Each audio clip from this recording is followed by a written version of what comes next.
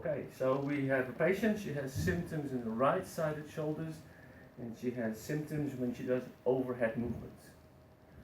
So we first ask her to do a bilateral flexion, please. Yeah. With the bilateral flexion, you compare the deltoid folds left to right. I think it's easy to see that on the right side she has deeper folds. Then you do gentle overpressure. On the left side, I feel some gentle resistance. On the right side, there is no resistance. The second indication that there might be a hyperlaxity. Then we look at lateral rotation. On the left side, she has 60, 75,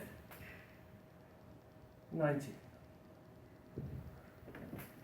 On the right side, she has 90, 105, 120. Another indication she has anterior laxity. Then we place the patient supine.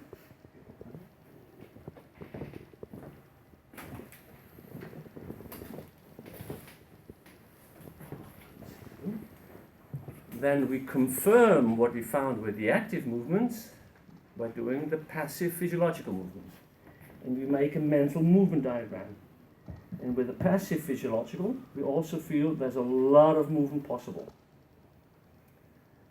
Then we do specific tests to test for anterior laxity. We could do the apprehension test, and we feel that there is excessive range of motion. There is an increased neutral zone. She has a neutral zone of at least 3-4 millimeters. Then we do the relocation test. The first part, we push the humeral head a little bit forward, and we come to 90 degrees of lateral rotation, and the patient may describe symptoms. We go back, we go to the second part, we do the relocation maneuver, and now we can easily see there is a marked increase of lateral rotation, and the patient may describe a lessening of the symptoms. So, with the passive physiological movement, we have confirmed the active movements, and with the special tests, we have confirmed the hypothesis of an anterior laxity. Then, as a final special test, we do the anterior drawer test.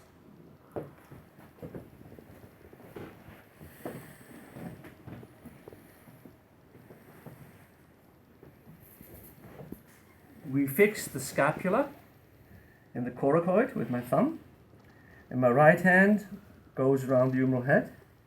Now I assess the amount of anterior motion. Normally this should only be 10 millimeters. So the special test anterior drawer, which is actually just a specific accessory movement, also confirms the hypothesis that this patient may be suffering from an anterior laxity. Normally you would expect 10 millimeters of movement, and this is clearly more than 10 millimeters of movement. Thank you very much. En stop graag.